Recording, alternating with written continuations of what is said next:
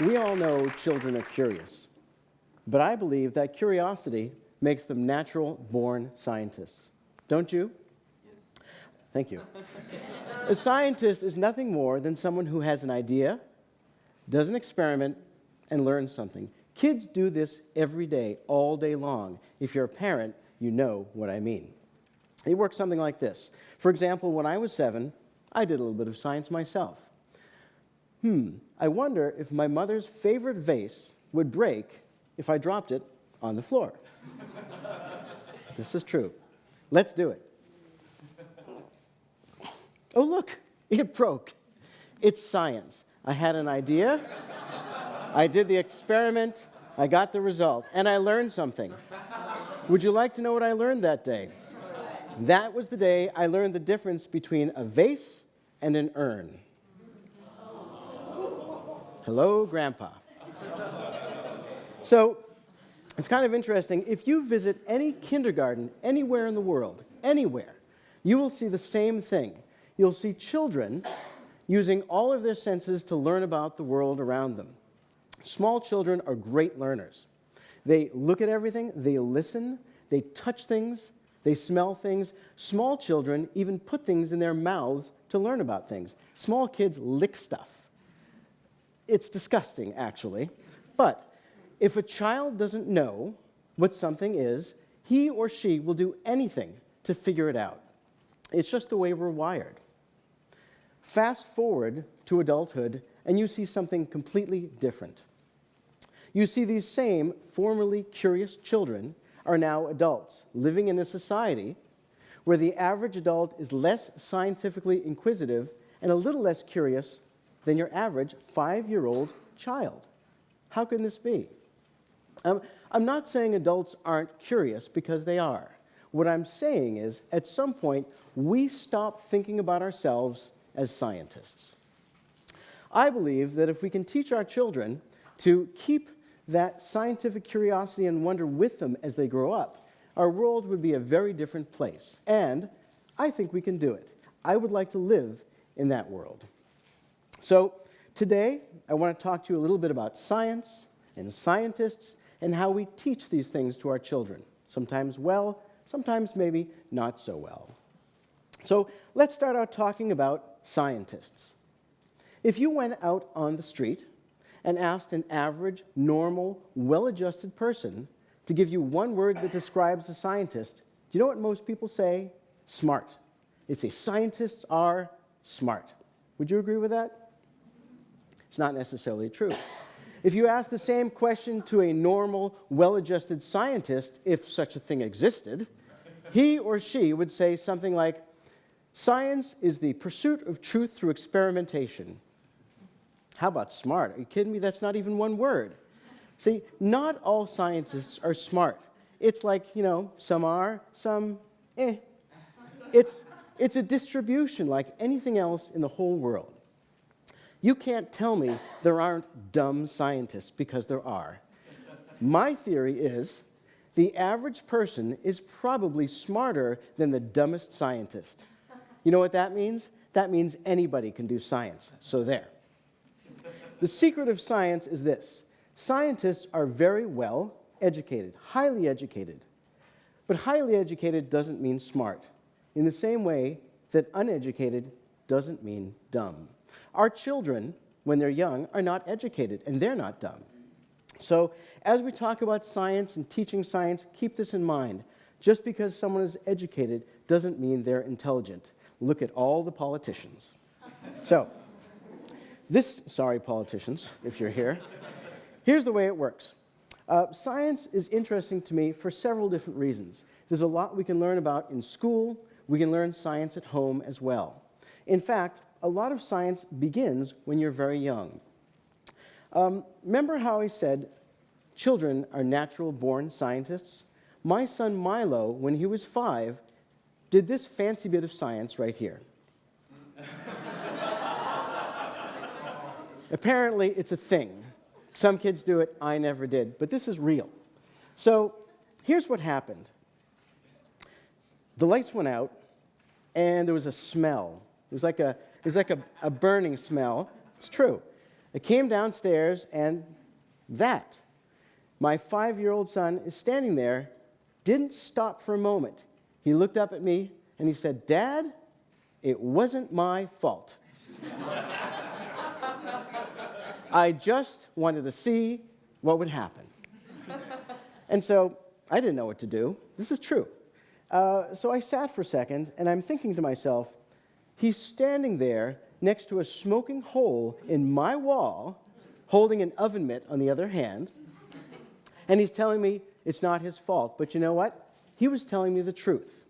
He really was. It took me a second to realize it. He wasn't saying he didn't do it, because he did. What he was saying was it wasn't his fault. He was curious. Let me tell you again a little bit more slowly his exact words. He said, "It wasn't my fault. I wanted to see what happened." He was describing simple, irresistible human curiosity. It really wasn't his fault. So, what am I supposed to do now? So I had two choices. I won't tell you what I did, but I'll tell you what the two choices you might have. All right, I'll tell you what I did. But first, what do? You say, "That was the stupidest thing you ever did." I'm pointing at you. "Don't you ever do that again." Or do you say, "Okay, what did you learn?" What would you have said? It's a tough question. You see, we don't really have to control their curiosity to keep them safe. We have to protect their curiosity to keep them fulfilled, our kids. So all I can say about that is I did do the latter, and we talked about it. The idea is kids are curious, and we learn a lot about science at home. These are moments, they're like turning moments. If we punish curiosity, that child will never do it again, and that would be a shame. So some of this learning happens at home. We learn about science, of course, at school as well, and schools are excellent at teaching science, especially at very young age, when everything is hands-on. For example, who doesn't remember going and learning about science for the first time and being involved in real stuff? Students love learning when it's hands-on, when it's real. Whether it's science, music, or art. Students do best when they connect with something. So in school, we learn that at a very young age, students need to connect with something real. That helps in a great way. And I learned this as a teacher by going on a field trip. And that field trip was to a museum where they had a special exhibit on dinosaurs. We saw a 20-minute demonstration that was good for it was designed for 5-year-old kids. I loved it. It was great. It tells you a little bit about me. The best part about it, these kids were excited because they got to touch a real dinosaur bone. A real dinosaur, 100 million years old. I thought that was exciting too. So students were learning, they're excited about dinosaurs, and they got to be involved. Until at the end of the program, when the woman said, "Oh, that's not a dinosaur bone, it's a plaster cast." And all the kids just sort of deflated. Because for them, at that young age, a lot of it has to do with connecting in some way to the event. And we're no different as adults. You know, when you go to a museum, do you want to see the real Mona Lisa or the poster in the gift shop? You want to see the real thing. So that's when I learned that students like to learn things by attaching to an object or finding some relevance. So we took our students, who were really deflated, and some of them, frankly, were angry. And we drove back to the school. You know what the worst thing in the world is? Being in a school bus with 45-year-olds who are angry. You know what's worse than that? Nothing. So we brought them back to our school, and someone in our faculty who was far smarter than I went to the display case and took out our real collection, which included some hadrosaur eggs. These are roughly a little less than 100 million years old, and they're real. So we let our students actually touch the real dinosaur eggs, and it's magic. They reconnected with the science. Instead of being angry or frustrated or feeling cheated, they felt reconnected. And by the way, that desire to connect with an object or an event or something in your classroom is not just for children. For example, it's with adults as well. On the stage with me here, I have a genuine tire from the United States Space Shuttle. It was from the Columbia Space Shuttle. We had an astronaut, Katie Coleman, come visit our school and give one of those standard astronaut talks, which is exciting. She was on her way out, saw the space shuttle tire which we have for outreach, found out it was the tire from her space shuttle mission, and ran across the lobby and gave it a giant hug. She actually was really excited about being reunited with her space shuttle tire. She insisted that I take this space selfie picture, so I did. But it reminds us that this desire to connect with things, not just in science, but to really connect with things to help us understand and enjoy them, is a very human thing. It's not just for children, it's for adults as well. So what I learned we do well in schools, at a very young age especially, is to do hands-on work that really connects students with real science. Now, what I found out what we don't do so well is not really an artifact of how we teach science, it's an artifact of you and me and our human brains. Scientists, you all have human brains, right? Just checking. Scientists use a lot of numbers, and that actually can be very alienating for children and adults. In fact, in my work, I find a lot of adults are afraid of science because they think if a number like 1 billion comes up in a class, that they should understand it. Well, if you understand what 1 billion is viscerally, that makes you abnormal. Most people don't understand large numbers. I'll give you an example. I teach astronomy, and I was giving a lecture about the solar system, and I said, and this is true, so don't get scared, in about 4.5 billion years, the sun's going to explode, the Earth will be gone, end of the solar system. A woman came up after my presentation really upset, and she said, "Are you kidding me? Is the Earth going to be gone in 4.5 million years?" I said, "No, 4.5 billion." She said, "Oh, thank goodness." So, but it's true. So, you're not worried, right? The idea is if you don't understand numbers, that makes you normal, not dumb. And scientists has this difficulty in that it involves large numbers and distances, especially in astronomy. So at our school, we have a large telescope. We do a lot of science, and we try to make it as hands-on as possible. So here's how we do it. We actually have kindergarten students who've never looked through a telescope look at the sun with a safe filter on it, I promise you. They see flames larger than the Earth exploding off of the sun. That's pretty exciting stuff. But before we do that, we make them do a little bit of work. We ask them to make a drawing of what they think the sun is going to look like first. That's what scientists do. They make predictions. So, for example, this particular student, 4 years old, almost 5, wasn't sure whether the sun would be red or yellow, whether it would have flames on it or not. This kid's an optimist, got a little rainbow going on there. And apparently, see that blue square all around it? Watches too much television. So the way it works is this. These students have preconceptions. You might call it a hypothesis if you're a scientist. Then we let them look through the telescope at age 4, and they see it's not like what they expected. And then they make a second drawing. So in science, we actually call it a hypothesis, observation, recording of data. This is science from a 4-year-old point of view. And I've got to tell you, if a 4-year-old can do science, you can too. We try to involve our students in hands-on experiences, which, as you know, really help in the learning process. Instead of looking at a picture of the moon in a book, why not look at the real moon? 4th and 5th grade, they can even take pictures of the moon. We've had students who want to learn more about astronomy. This is Nick.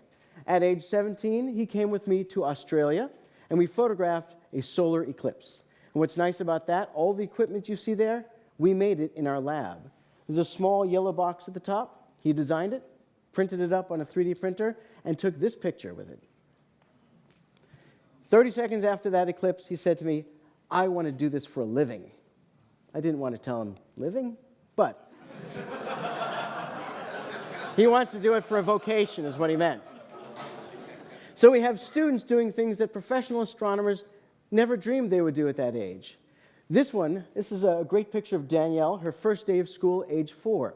When you work with students at a young age, they don't know they shouldn't be doing all this great stuff. When she was in 12th grade, she joined me on a NASA flight over the North Pole, and we photographed the aurora and meteors. Danielle's pictures of meteors were better than the ones NASA had. This is Richard. He graduated last year. He's currently at an Ivy League school studying biology. Doesn't like astronomy, but He worked with me in the lab for a year working on one picture of the moon. He called it the Mega Moon Project. That picture you see there is built of 4,712 little tiny pictures of craters. He stitched it together like a mosaic. He did that because he was interested in learning how to do that technique.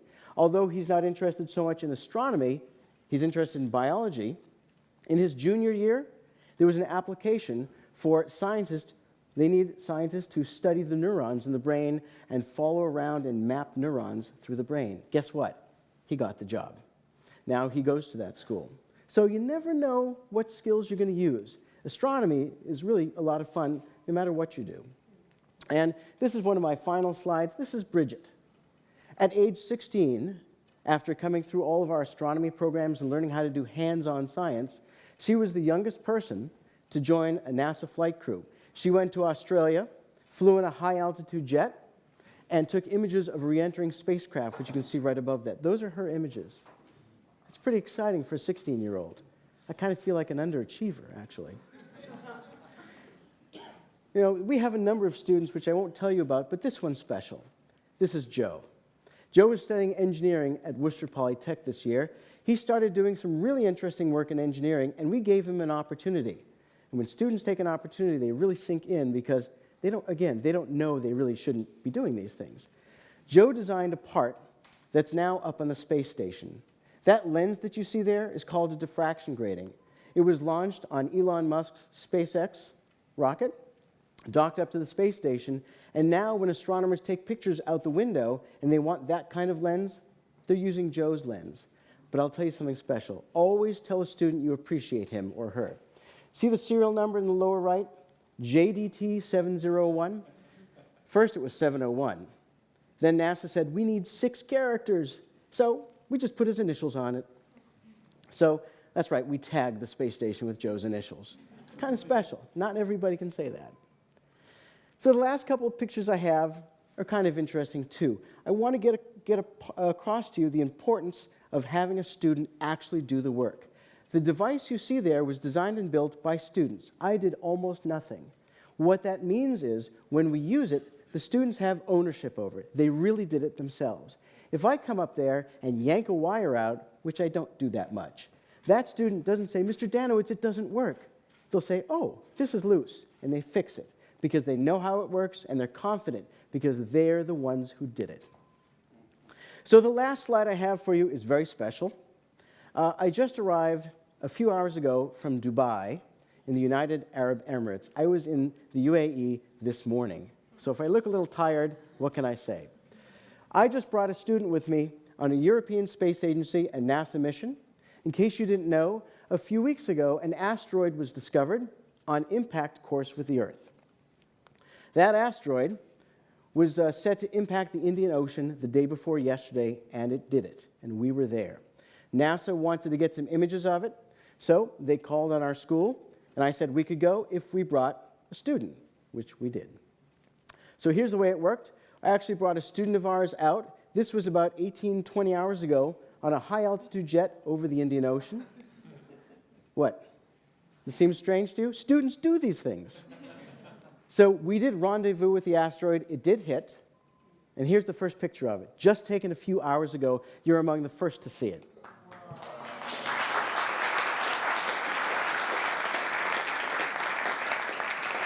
A few parts of that are really remarkable. The student part, great, because it's our responsibility to mentor these students. But you know what? I had a student really feel good about flying out to where there was an asteroid going to impact. The asteroid hit on Friday, the 13th, just a coincidence, it's true. The computer assigned it a name, WT1190F. Strange, but true. Look, I know, okay? I get it. Students in the audience. The idea is these things happen, and if we want to make the most of them educationally, we have to have students that are ready to go. So what can I say? I'll leave you with 2 points. Number one of the most important things we can do is teach students well. Because when we're teaching, we're training our replacements, so we better do a good job. And finally, take this home with you. If a 4-year-old can do science, you can too. Thank you.